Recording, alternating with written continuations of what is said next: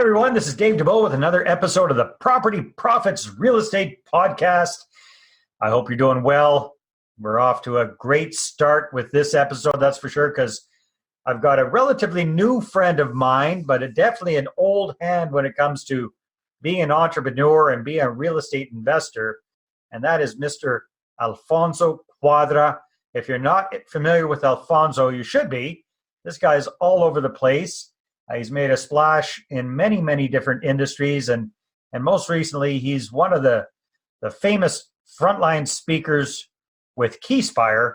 So McGillivray and Company, Alfonso has helped them out a lot, and he's a very, very successful real estate entrepreneur in his own right. He's been doing this for over 20 years, plus a variety of different businesses as well. He's inspired tons of people. He's written books. He's published magazines. He does interviews, and I think you even got your own TV show or something like that, if I'm not mistaken, Alfonso. So you're a busy guy. Welcome to the show. Thank you for having me, Dave. But I'm going to say one thing. Thank you for saying my name correctly, my last name, Cuadra. Yeah. El Señor Don Alfonso Cuadra. Yeah. I appreciate that. It must come from your background. You did live in Costa Rica, and it shows. My pleasure, my friend. So, hey, you know what? Things are on the up and up and up and up with your life right now, but it hasn't always been that way. You've got a very, very inspirational rags to riches story, and I think it'll give a lot of us a good, inspiration, plus a good kick in the pants, because quite frankly, I think a lot of us, especially Canadians, we're just too fat and comfortable. So tell us a little bit about your background, where you came from, and how you got into all this stuff, man. Yeah, thanks. A while back, so I'll just start with at the very beginning. I was a refugee. I came to Canada as a refugee, landing refugee in 1986 from a war-torn country, El Salvador. And as a result, had some issues in school, ended up having trouble at school, dropping out of school at 15 years old, leaving home as well, and being homeless at 15. Panhandling for change, had extremely dark moments, just like a lot of people had. I mean, my dark moments are my dark moments, but you yourself, Dave, you probably had some dark moments as well in your life where you said, why me? Yeah, I had a life-changing moment at 17 when my daughter was born. I became a father. Wow. Changed my perspective, gave me a why, gave me a reason, gave me a purpose. And I always tell people, purpose powerful enough will make you unstoppable. And at 17 years old, I started a business from my locker in high school. I always have to highlight that it was a legal business. Yeah, because some locker businesses I remember weren't all that legal. So just to back up, because you dropped out of school when you were 15. Yeah. Then your daughter was born when you were 17. Is that why you got back into school? Is that why you went back? Yes. So I returned to school, and like everybody else, I got a job, right? And $5 an hour was the minimum wage at that time, and it just wasn't going to cut it for a small family. I was a father basically. And so I started selling jeans and T-shirts from my locker in high school. And that business ended up turning up to be a good business, Canada-wide by the time I was 20. And, in the millions, by the time I was 21. And I learned a lot about business. One thing I learned is that I'm extremely vulnerable as a business owner. You are subject to the economy, what people feel like, new products, new ways of delivering the product. You got to be trends all the time. Yeah. And so this is where I started in real estate about 21 years ago. I needed something that was indestructible, right? And what I chose is multifamily. And I've never looked back since. It became my full-time gig. Well, okay, dude. So there you are. You're 21 years old. You're rocking and rolling. You got a very young family this time, but you're a successful young guy. I can imagine a lot of that going to a guy's head. At least it sure as hell would have happened to me, that's for sure. Yeah, so I'm leaving little bits of the story because I'm not sure how much time we have here, but I almost ended up losing everything. Wow. And going from nothing to now having this successful lifestyle of money. I was very much a consumer. Hmm. I was not an investor. I was buying cars and jewelry and spending my money on a lot of dumb stuff. And I almost lost everything. And when I realized that I was a consumer, I read books, started reading books, and I started educating myself on what it really meant to be wealthy, not rich but wealthy. This is where I started in the real estate. Nice.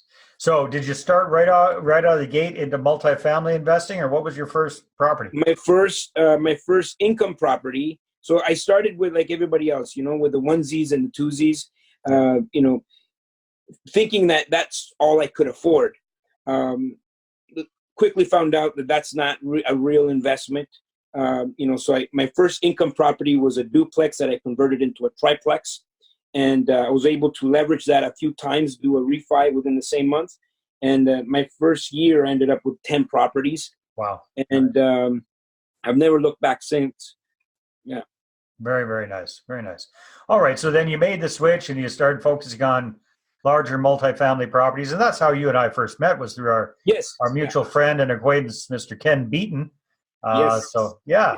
Yeah. So that's what I'm into, apartment buildings now.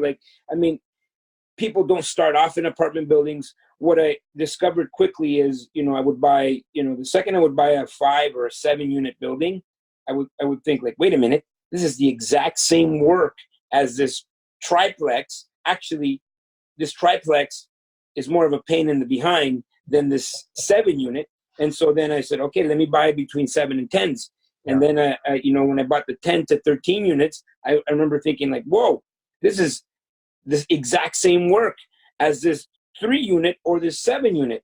So I started to buy 10s and 13s and 16s and 20s and 30 units and 36 units and 50 units and so on. Nice. And I think you just bought a whole bunch of Ken's doors, if I'm not mistaken. I recognize a few of those ones that I saw on Facebook. I'm going, hey, I know that building. Yeah, congratulations. Yeah. That's wonderful. That's wonderful. Thank you, sir. Yeah. Okay. So, Alfonso, and then tell me a little bit about how did you come across Keyspire, Scott McGillivray, that whole gang? How did you get involved in that? Oh, that's pretty cool. For 14 years now, I've been educating people on real estate. And one day, I got a phone call and they said, you know what, we heard what you're doing. Would you want to, come and teach and do what we, teach for us? Mm-hmm. And at first I said, well, I have my own thing. But then when I discovered what they have, the biggest investment community across Canada, almost 2,000 advanced students across Canada, is just incredible. And I thought, if my mission is to help as many people as possible, I know that for sure I can help more people being involved with Keyspire than anywhere else. Very cool. So, Alfonso, I think you already answered it. Looking back, if you could do anything different, it'd probably just get into those bigger deals faster, if I read between the lines there. Yeah, well, I would have leveled up, sometimes, and so the question is, if I could go back, what would I do differently, right? And so what I would do is level up as fast as possible, because I spend a lot of time, having to undo. I would buy the 2s and the 3s and the 4s, and then by the time I get to the 10s, the 7 and the 10s, and I was like, oh no, this is where I'm supposed to be. And then I start liquidating all that stuff, and then to get into bigger deals. And then I got into the bigger deals, and I started to liquidate the 7s and the 10s. And so, I would level up definitely. What happens is we make decisions based on where we are, right? And you need to determine exactly where you're going. So start with the end in mind and establish, what does that look like for you, and operate as if you already have that today. And so if I would have done that, if I could have had a bigger vision for myself, I would have leveled up. I would have started with the 10 units and above. And so the mistake that most people make is they live within their own capabilities and their own money, and so they don't truly expand.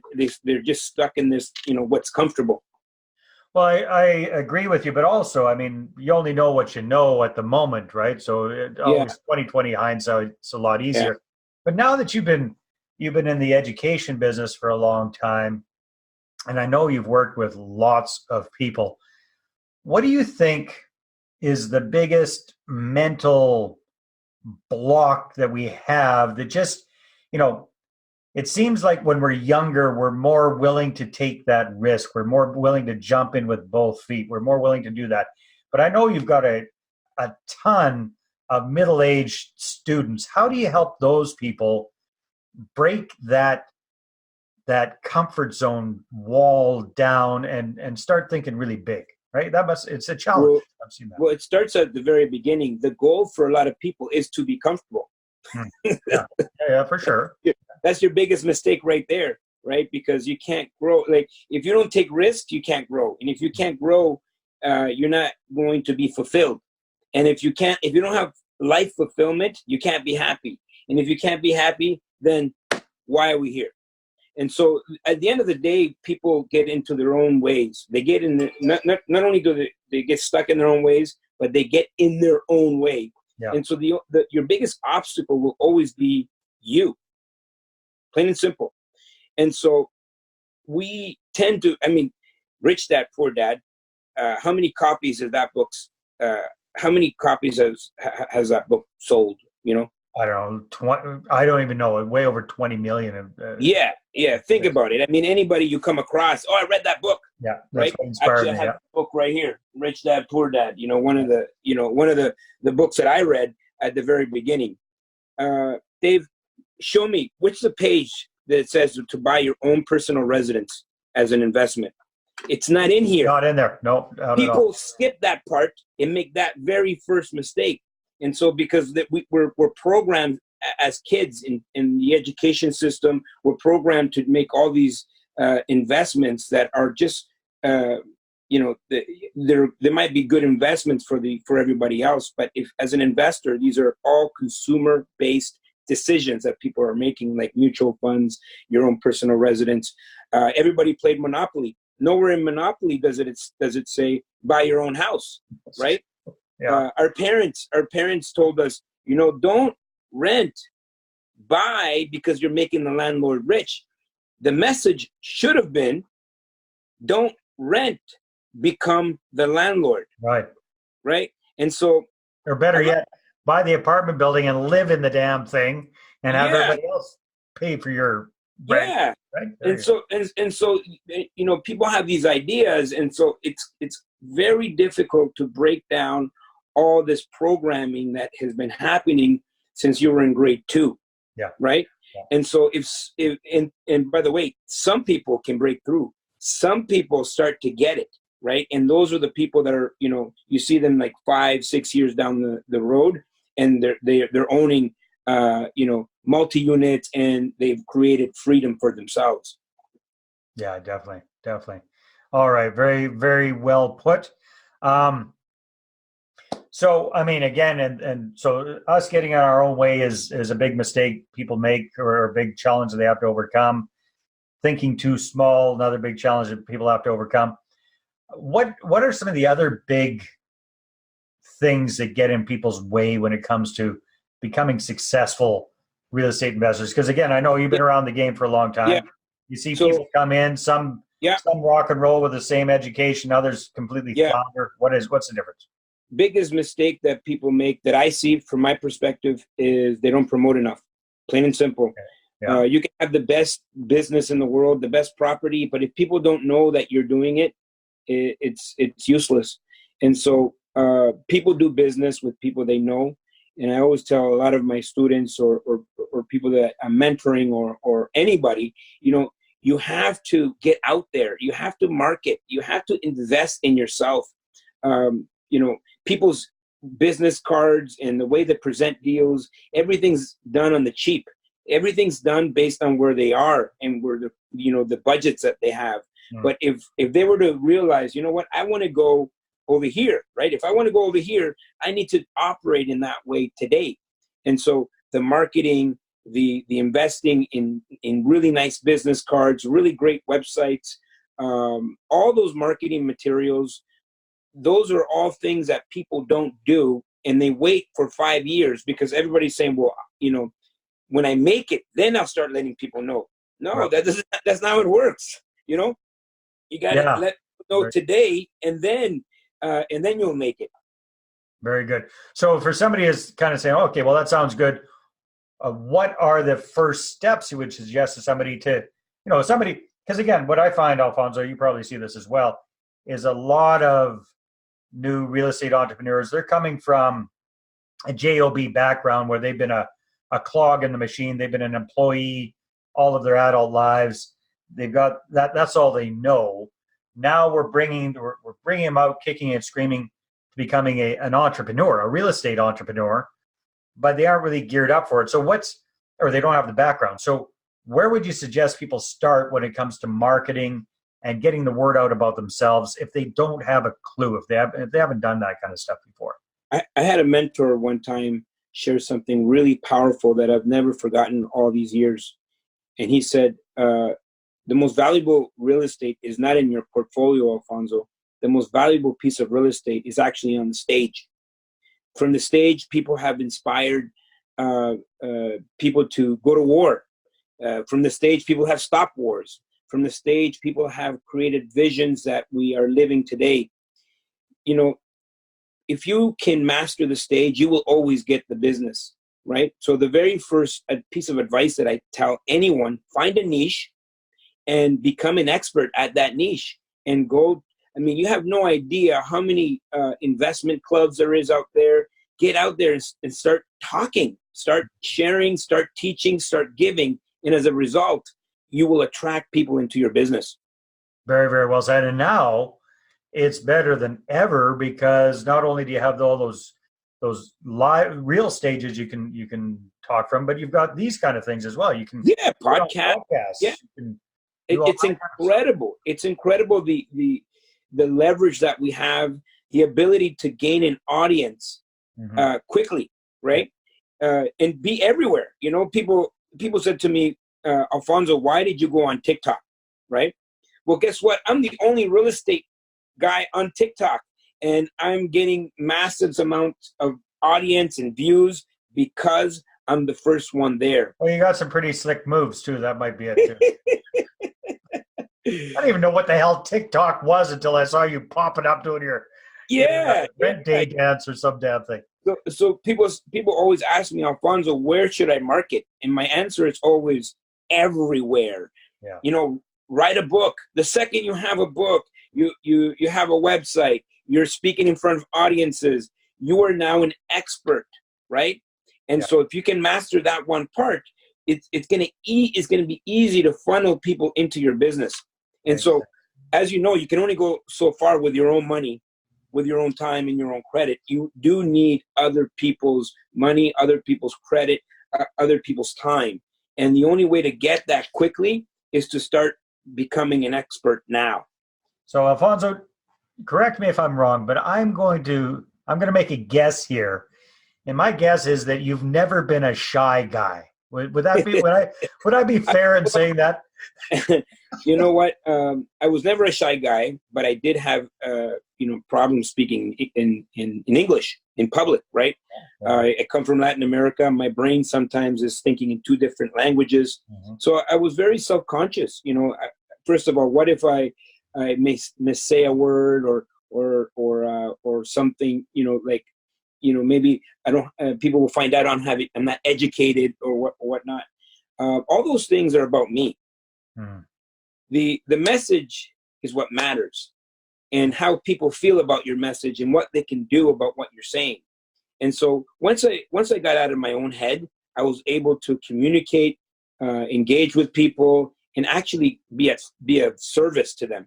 Nice. And so that is such a powerful concept, right? Because that holds so many of us back because we're so worried about how we look, how we sound, what other people are going to think about us. We're not thinking about how we're serving the other person.